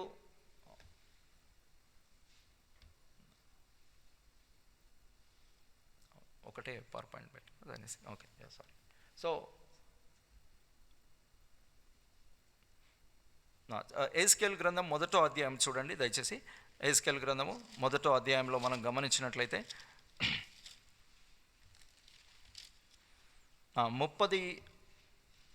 30వ సంవత్సరము 4వ నెల 5వ దినమున నేను కేబారు నది ప్రదేశము నా చెరలోని వారి మధ్య కాపురం ఉంటిని. ఆ కాలమున ఆకాశము తెరవబడగా దేవునికి వచ్చిన దర్శనములు నాకు కలిగెను అని చూస్తూ 2వ వచనంలో చూస్తే, యెహోయాకీను చెరపట్టబడిన 5వ సంవత్సరము ఆ నెలలో 5వ దినమున అంటున్నాడు. సో యెహోయాకీను పట్టబడినప్పుడు ఇతనికి 25 years. ఎవరికి? ఎహెజ్కేల్కి. సో ఆయన పట్టబడిన తర్వాత 5 years తర్వాత దేవుడు ఆయనతో మాట్లాడడము స్టార్ట్ చేశాడు. అంటే ఇప్పుడు ఆయనకి 30 years. అందుకనే ఫస్ట్ చాప్టర్ ఫస్ట్ వర్స్లో 30వ సంవత్సరం అంటున్నారు కదండి. సో ఈ 30th yearలో దేవుడు అతనికి ప్రత్యక్షమవుతూ వచ్చాడు. వీళ్ళందరూ కూడా మనము గమనించినట్లయితే, మీరు చూసినట్లయితే ఇక్కడ బబులోన్ ఉంది కదా. సో ఈ ప్రదేశంకి కొనిపోబడతాయి. ఈ రెడ్ లైన్ మనకు కనిపిస్తుంది కదా మ్యాప్ మీద. ఈ రెడ్ లైన్ అనేది ఈ రూట్ గుండా మరి బబులోన్ రాజు వీళ్ళందరినీ కూడా అక్కడికి తీసుకెళ్ళాడు. ఎక్కడికి? బాబిలోనియా, అంటే ఇప్పటి ఇరాక్ కదండి. సో ఆ ప్రదేశానికి వారు కొనిపోబడుతూ వచ్చారు. ఇక్కడ మనం గమనించినట్లయితే ఈ మ్యాప్ మీరు గమనిస్తే ఇక్కడ ఒక ఎల్లో పోర్షన్ ఉంది కదా, యహూదియా అని ఇక్కడ ఉంటుంది. అంటే నెక్స్ట్ దాంట్లో చూపిస్తాను. ఇక్కడ కనబడుతుంది కదా ఒక ఆరెంజ్ కలర్ ప్యాచ్ కనబడుతుంది కదా. సో ఆ ప్లేస్లో మరి జూయిష్ కాలనీ, ఈ కొనిపోబడిన యూదులందరినీ కూడా అక్కడ పెట్టారు. అక్కడ యూప్రటీస్ నది ఉంది. దాంట్లో నుంచి ఒక ఛానల్ పారుతుంది. దాని పేరు కేబారు నది. ఆ కేబారు నది దగ్గర ఎహెజ్కేల్తో దేవుడు మాట్లాడుతూ వచ్చాడు. సో ఒక 14 సైన్ యాక్ట్స్ దేవుడు ఎహెజ్కేల్కి చూపిస్తూ వచ్చాడు. ఎందుకంటే అక్కడున్న చెరలో ఉన్నటువంటి ప్రజలు కూడా దేవుని యొక్క క్రమశిక్షణలోనికి రావడానికి వాళ్ళు ఇష్టపడట్లేదు. చూడండి, యెర్మీయా ద్వారా దేవుడు చెప్పిస్తూ వచ్చాడు. అయినప్పటికీ వాళ్ళు వినలేదు. వాళ్ళని దేవుడు తీసుకెళ్ళాడు బబులోనికి. బబులోన్లో ఉండి కూడా ఈ హనన్య అనే అబద్ధ ప్రవక్త చెప్పిన మాట మీద వాళ్ళు హోప్ పెట్టుకున్నారు. 2 సంవత్సరాల్లో రిటర్న్ మీరు వచ్చేస్తారు అని కాడి విరిచేశాడు కదా. అంటే బబులోను కాడి 2 years తర్వాత దేవుడు మీ మీద ఉంచడు అని అబద్ధం చెప్పి ఆ కాడిని ఏం చేశాడు? యెర్మీయా మెడ మీద నుంచి విరిచేశాడు. దాని మీద వాళ్ళు హోప్ పెట్టుకొని అక్కడ కూడా దేవునికి తిరుగుబాటు చేస్తూ వస్తున్నారు. అందుకనే దేవుడు ఇప్పుడు ఎవరిని పంపించాల్సి వచ్చింది? ఎహెజ్కేల్ని అక్కడికి పంపించాడు. ఆ ప్రదేశంలో యూదులందరూ కూడా ఉన్నారు. అక్కడ ఒక నది ఉంది. ఈ బ్లూ లైన్ మీకు కనిపిస్తుంది అనుకుంటాను. అంటే I don't know whether it's clear or not. ఈ బ్లూ లైన్ దగ్గర అది కేబారు నది. ఆ కేబారు నది దగ్గర దేవుడు ఎహెజ్కేల్తో మాట్లాడుతూ వచ్చాడు. కాబట్టి ఈ ఎహెజ్కేల్కి ఒక 14 సైన్స్ దేవుడు చూపిస్తూ వచ్చాడు. అయితే క్లుప్తంగా ఒక మాట చూసుకొని మనం ముగించుకుంటాం. నెక్స్ట్ బైబిల్ స్టడీలో మనము ఆ సైన్ యాక్ట్స్, ఎహెజ్కేల్తో దేవుడు ఏం మాట్లాడుతూ వచ్చాడు అనేటువంటి విషయాలు నెక్స్ట్ బైబిల్ స్టడీలో మనం ధ్యానం చేసుకుందాం. సో బేసికల్గా తను ఏం చేస్తూ వచ్చాడంటే, దేవుని మాటను నమ్మనటువంటి యూదులతో ఎహెజ్కేల్ చెప్తున్నాడు ఏంటిదంటే, మీకు తక్షణమే విడుదల జరగదు, 2 సంవత్సరాల్లో దేవుడు మిమ్మల్ని రిటర్న్ తీసుకువెళ్ళడు అని ఎహెజ్కేల్తో చెప్తూ వచ్చాడు.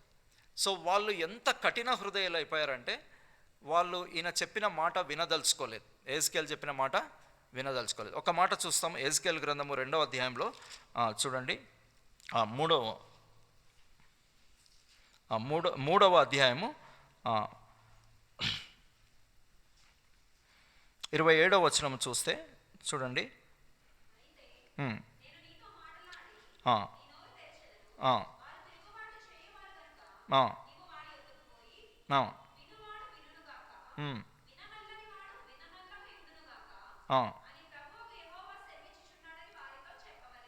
కాబట్టి వాళ్ళ హృదయం ఎంత కఠినమైపోయిందంటే వాళ్ళు వినే పరిస్థితిలో లేరు. కాబట్టి ఎహెజ్కేల్తో దేవుడు ఏం చెప్తున్నాడంటే, వినే వాళ్ళు వింటారు, వినని వాళ్ళు వినరు. అయితే నేను చెప్పే మాటలు నువ్వు వెళ్ళి వాళ్ళకి చెప్పమని దేవుడు చెప్పడం మనం చూస్తుంటాం. ఇక్కడ ఒక వండర్ఫుల్ థింగ్, ఒక నాట్ వండర్ఫుల్, ఒక పెథటిక్ థింగే. కానీ మనం గమనిస్తే దేవుడు ఏం చేశాడంటే, ఎహెజ్కేల్ యొక్క నాలుక ఆయన అంగిటికి అంటుకునేటట్టు చేశాడు. He made him speechless. ఎహెజ్కేల్ని ఏం చేశాడు దేవుడు? పైన వచనం చదవండి. వారు బహుగా తిరుగుబాటు చేయవారు గనక నీవు మౌనివై వారిని గద్దింపక ఉండునట్లు నేను నీ నాలుక నీ అంగిటికి అంటుకొన చేసేదను. కాబట్టి వాళ్ళు తిరుగుబాటు చేసేవాళ్ళు. నువ్వు ఒకవేళ వాళ్ళని గద్దిస్తే వాళ్ళు వినరు. కాబట్టి నువ్వు చెప్పిన మెసేజ్ కూడా వేస్ట్ అవుతుంది. కాబట్టి నువ్వు మౌనిగా ఉండు అని దేవుడు చెప్తాడు. ఎప్పుడైతే యెరూషలేము పట్టబడుతుందో, ఫైనల్ 3 phases పట్టబడింది కదా, 3 phases. ఆ 3rd phase ఎప్పుడైతే యెరూషలేము పట్టబడుతుందో అప్పుడు నేను నీ నోరు తెరుస్తాను. అప్పుడు వాళ్ళకి నేను చెప్పే వర్తమానం వారికి చెప్పు అని దేవుడు అతనికి చెప్తాడు. So for some period of time ఆయన ఎట్లా ఉంటాడు? మౌనిగా ఉంటాడు. ఎందుకంటే నువ్వు గద్దించిన వాళ్ళు వినరు. అందుకనే ఎజ్కేల్ పరిచర్య అంటారు. ఎజ్కేల్ పరిచర్య అంటే చాలా డిఫికల్ట్ మినిస్ట్రీ. వాళ్ళు వినరు, కానీ నువ్వు వెళ్ళి వాళ్ళకి ఏం చేయి, చెప్పు అంటాడు. వాట్ ఏ సాడ్ థింగ్ కదండి. వినేవాళ్ళు ఉంటే చెప్పడానికి ప్రోత్సాహం వస్తుంది, కానీ వాళ్ళు వినరు అని దేవుడు ఆల్రెడీ చెప్పేశాడు. అయినప్పటికీ నువ్వేం చెయ్యి, నువ్వు వారికి వెళ్ళి చెప్పు అని దేవుడు అతనికి చెప్పడము మనం చూస్తుంటున్నాం. కాబట్టి ఆయనకి దేవుడు కొన్ని ప్రవచనాలు, కొన్ని ఉపమానాలు, కొన్ని సంకేతాలు దేవుడు ఇస్తూ తాను దేవుడు చెప్పవలసినటువంటి వర్తమానము మరి ప్రజలకు అందించడానికి దేవుడు ఈ 4 kinds ఆఫ్ థింగ్స్ని దేవుడు ఎజ్కేల్ ద్వారా యూజ్ చేసుకుంటూ చెప్పేయడము మనము ఎజ్కేల్ గ్రంథంలో చూస్తాం. అంటే ఎజ్కేల్ గ్రంథం అంతా కూడా కాదు, మొదటి 24 అధ్యాయాల వరకు మరి ఈ బబులోను పట్టబడేంత వరకు, యెరూషలేము పట్టబడేంత వరకు దేవుడు అతనికి సైన్ యాక్సెస్తో వచ్చాడు. కాబట్టి దాని తర్వాత మరి ఎజ్కేలు సమకూర్పును గురించిన మాటలు కూడా మాట్లాడతాడు. అది డిఫరెంట్ పోర్షన్. ఎజ్కేల్లోనే 2వ భాగము, అది మనకు అవసరం లేదు. అంటే మనం దానియేలుకి ఇట్స్ నాట్ రిలేటెడ్, కాబట్టి అది తర్వాత చూస్తాం. కాబట్టి ఈ విషయాలు మనం ఒకసారి జ్ఞాపకం చేసుకుంటాం. కాబట్టి దేవుడు మరి ఎజ్కేల్తో మాట్లాడుతూ వచ్చాడు. వారికి విడుదల కలగదు, వారు 70 సంవత్సరముల తర్వాతనే వారు యెరూషలేముకి తిరిగి వస్తారు అని దేవుడు చెప్తూ వచ్చాడు. అయినప్పటికీ వారు వినని కారణాన వారిని దేవుడు డిసిప్లిన్కి తీసుకురావాల్సి వచ్చిందని మనం చూస్తాం. సో ఎజ్కేలు గ్రంథంలో 14 సైన్ యాక్ట్స్ మనము ప్రభుచితమైతే నెక్స్ట్ బైబిల్ స్టడీలో మనము ధ్యానించుకుంటాం. కాబట్టి ఈ బైబిల్ స్టడీలో కూడా మనం టేక్ అవే ఏంటిదంటే, what is the take away? దేవుడు మనల్ని క్రమశిక్షణ చేయడం అనేది అది మంచిది. ఎందుకంటే వాక్యముతో మనల్ని ఏం చేస్తాడు? పవిత్ర పరుస్తూ ఉంటాడు. లేకపోతే శ్రమల ద్వారా పవిత్రపరుస్తూ ఉంటాడు. కానీ వాక్యముతో పవిత్రపరచుకోవడం అది మనకి క్షేమం.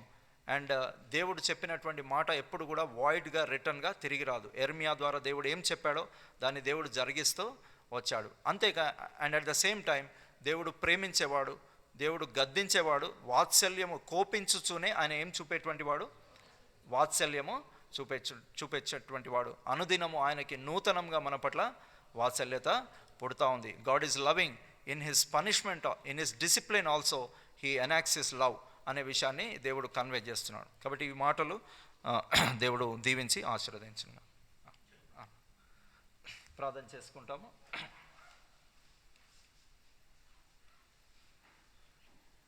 మా ప్రేమ కలిగిన ప్రియ పరలోకపు తండ్రి, మరొకసారి మా ప్రభా మరి బైబిల్ పట్టణంలో మరి మా ప్రభా దానియేలు బుక్ని మేము స్టడీ చేస్తుండగా ప్రభా తండ్రి, మరి మా ప్రభా ఎందుకు మరి నీ ప్రజలైనటువంటి వారు మరి మా ప్రభా చెరలోని కొనిపోబడుతూ వచ్చారు, ఏ విధంగా పెందలక్కడనే మరి మీ ప్రవక్తలైనటువంటి యెర్మియాని మరి నాయన మరి మా ప్రభా మీరు పంపుతూ వచ్చారు. వారు యెర్మియాని మరి నాయన హింసించి నీ మాటలు విననులక తమ మీదకి తాము శిక్ష తెచ్చుకున్నారు. అయినప్పటికీ మీరు ప్రేమించేటువంటి దేవుడు ఆయన, మీరు కోపించుచూనే వాత్సల్యము చూపేటువంటి దేవుడు అని మీ లేఖన భాగాల ద్వారా మీరు బయలుపరుస్తుంటున్నటువంటి దేవుడు. నీవు నీతి న్యాయములు కలిగినటువంటి దేవుడు తండ్రి. మరి మా ప్రభా మీ పిల్లల్ని మీరు డిసిప్లిన్ చేసేటువంటి దేవుడు అని మీ లేఖన భాగాల్లో మీరు బయలుపరుస్తూ వచ్చారు. అవును తండ్రి, అనేక సార్లు మీ మాట వినక మరి మీ గద్దింపునకు లోబడక మీకు తిరుగుబాటు చేసిన వారంగా మేము ఉండి ఉంటున్నాము. మమ్మల్ని క్షమించుము, నన్ను క్షమించుము, మమ్మలను క్షమించుము. మమ్మల్ని మీ యొక్క రక్తంతో కడిగి పరిశుద్ధపరచుము ప్రభా నాయన. మరి యుగాంతమందున్న మాకు బుద్ధి కలుగుటకై మీ లేఖన భాగాల్లో మరి ఇవన్నీ కూడా మీరు పొందుపరుస్తూ వచ్చారు ప్రభా. అవును ప్రభా తండ్రి, మరి మా ప్రభా అతిక్రమములు దాచిపెట్టువాడు వరదిల్లడు, కానీ వాటిని ఒప్పుకొని విడిచిపెట్టువాడు కనికరం పొందునని మీరు సెలవిస్తూ వచ్చారు. మరి మా ప్రభా మీ కనికరమును మీరు చూపించే విషయాల్లో మీరు కనికరమందు ఐశ్వర్యుడైనటువంటి దేవుడు. అబ్రహాము నుంచి మన ఆయన ఇతరులందరూ కూడా ఎంతోమంది మరి మా ప్రభా నమ్మదగని వారుగా ఉన్నప్పటికీ మీరు నమ్మదగిన వాడుగా ఉంటూ మీ కనికరాన్ని మీరు చూపిస్తూ నాయన మరి మా ప్రభా యూదా గోత్రంలో నుండి యేసు ప్రభుని మీరు తీసుకురానుద్దేశించారు. యేసుక్రీస్తు ద్వారా మరి సర్వలోకమునకు ఆశీర్వాదమును మన ఆయన మరి శాంతిని, సమాధానాన్ని మీరు అనుగ్రహిస్తూ వచ్చారు. ఆయన మరి ఒకసారి మా ప్రభా దుష్టత్వం నుండి మమ్మల్ని మళ్లించటం వల్ల ఆశీర్వదించటకు మొదట మరి పంపిస్తూ వచ్చారు ప్రభా. యేసు ప్రభుని పంపిస్తూ వచ్చారు. మీ కుమారునికై మీకు స్తోత్రం చెల్లిస్తుంటున్నాం. మరి నా కుమారుని రక్తము ద్వారా మమ్మల్ని పరిశుద్ధపరిచి మీ శరీరంలో ఉంచి మరి మా ప్రభా మీ వాక్యము ద్వారా ఉదక స్నానం ద్వారా మమ్మల్ని పవిత్రపరుస్తున్న దైవానికి వందనాలు చెల్లిస్తుంటున్నాం. మరి ఒకసారి మా ప్రభా మరి దానియేలు మరి చెరలో ఉన్నప్పుడు నాయన నీ కొరకు మరి సాక్షిగా నిలబడి ఉంటున్నాడు. ఏస్కేలు మరి నాయన మీ చే నియమించబడి నాయన తిరుగుబాటు వచ్చే వారి మధ్యలో ప్రవచిస్తూ వచ్చాడు. నాయన మరి మేము అటువంటి గుణగణములు కలిగి ఉండకుండా తిరుగుబాటు చేయకుండా మరి మా ప్రభా నీ వాక్యమును విని మరి దాని ప్రకారము గైకొని జీవించి మీ ద్వారా ఆశీర్వాదం పొందుటకు మీరు మా కృపను అనుగ్రహించును తండ్రి. యేసుక్రీస్తు ప్రభువా నాయన మీ పరిపూర్ణతలో నుండి మేము కృప వెంబడి కృపను పొందుతూ మరి ఈ ఆత్మీయ యాత్రలో ముందుకు కొనసాగడానికి మీరు మాకు సహాయం దయచేయండి. మరి మా ప్రభా ముందున్న బైబిల్ స్టడీస్లో కూడా మీరు మాకు సహాయం దయచేయండి. మీ వాక్యం ద్వారా మీరు మాతో మాట్లాడండి. మీరు మమ్మల్ని సరిచేయండి. మమ్మల్ని నీతి అందు శిక్ష చేయండి. మరి మా ప్రభా మేము ఫలించినట్లుగా సహాయం దయచేయండి ప్రభా. తండ్రి కృప చూపించండి. మరి మా ప్రభా ఈ విధంగా ఎల్బేతెల్ ద్వారా జరపబడుతున్న పరిచర్యను మీరు దీవించి ఆశీర్వదించండి. మరి నాయన కృప చూపించండి. మరి ఈ సంవత్సరం అంతటి కొరకై కూడా మరి నాయన రానున్న మీటింగ్స్ అన్నిట్లో కొరకై కూడా మీరు మమ్మల్ని సిద్ధపరచండి. కృప చూపించండి. మరి మా ప్రభా నాయన మరి మీ శరీరంలో అవయములుగా ఉంటూ మరి మా ప్రభా మీరు మాకు అప్పచెప్పినటువంటి పరిచర్యను నమ్మకంగా జాగ్రత్తగా మరి భయభక్తులు కలిగి చేయడానికి మీరు కృపను అనుగ్రహించండి. కృప చూపించండి. మరి మా ప్రభా మా నాయన మరి ఎంతమంది అయితే మరి ప్రార్థనలో వెయిట్ చేస్తున్నారో వారి ప్రార్థనలకు మీరు జవాబిచ్చే దేవుడు ఆయన. నీ కొరకు ఎదురు చూసి వారు ఎప్పుడు కూడా మరి సిగ్గుపడరు. వారు ఆయన తట్టు చూడగా వారికి వెలుగు కలిగెను అని మీ లేఖన భాగాల్లో మీరు సెలవిస్తూ వచ్చారు ప్రభా. అవును తండ్రి, ప్రార్థన ఆలకించేటువంటి దేవుడు, ప్రార్థనలకు జవాబిచ్చేటువంటి దేవుడు, మరి మా ప్రభా కృప చూపించేటువంటి దేవుడు అని మీకు వందనాలు చెల్లిస్తుంటున్నాం ప్రభా. తండ్రి ఇట్లు మరి మా ప్రభా మీరు ఆకడ కొరకై మరి నాయన మరి మరి మమ్మల్ని సంఘంగా సిద్ధపరచమని వేడుకుంటున్నాం ఆయన. మరి మీ దాసుడు శామ్యుల్ అంకుల్ని కూడా మీరు జ్ఞాపకం చేసుకోండి. అంకుల్ కూడా మంచి ఆరోగ్యమును బలం శక్తిని దయచేయండి. మరి హానోకన్నను కూడా మీరు జ్ఞాపకం చేసుకోండి, స్వస్థపరచండి, మంచి ఆరోగ్యం దయచేయండి. లిల్లక్కని కూడా జ్ఞాపకం చేసుకోండి. ఈ విధంగా మరి సంఘంలో ఉన్నటువంటి ప్రతి రెస్పాన్సిబుల్ బ్రదర్ని కూడా మీరు జ్ఞాపకం చేసుకొని ఆయన కృప చేయించమని వేడుకుంటున్నాం తండ్రి. ఈరోజు బైబిల్ స్టడీకి వచ్చినటువంటి ప్రతి బిడ్డను కూడా మరి పేరు పేరు వరుసను దీవించి ఆశీర్వదించండి. ఆన్లైన్లో వింటున్న వారిని కూడా మీరు జ్ఞాపకం చేసుకోండి. ఈ విధంగా ఎవరైనా అనారోగ్యంగా ఉంటే వారిని కూడా మీరు జ్ఞాపకం చేసుకొని స్వస్థపరచమని వేడుకుంటున్నాం. కృప చూపించండి. ఈ విధంగా మమ్మల్ని కృపగల హస్తాలకు అప్పచెప్పుకుంటూ మరి మా ప్రభుదినం కొరకై మమ్మల్ని సిద్ధపరచమని యేసు పరిశుద్ధ నామంలో ప్రార్థించి స్తుతించి వేడుకుంటున్నాం తండ్రి. ఆమేన్.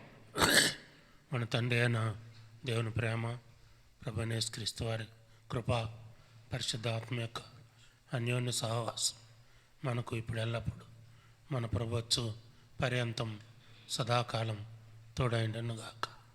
ఆమేన్. నీదు కృపతో నాదు యేసు నన్ను నీవు రక్షించితివి. నీదు కృపతో నాదు యేసు నన్ను నీవు రక్షించితివి. కాదు నాదు క్రియల వలన, కాదు నాదు క్రియల వలన, ఇది దేవుని వరమే కృప కనికరమూల. మా దేవా కృతజ్ఞతనర్పించు, కృప కనికరమూల. మా దేవా కృతజ్ఞతనర్పించు. అందరికీ వందనాలండి. Praise Lord. రేపు ఉదయం 9:30 గంటలకు ఉపవాస ప్రార్థన కొరకై మందిరానికి చేరి వస్తాం.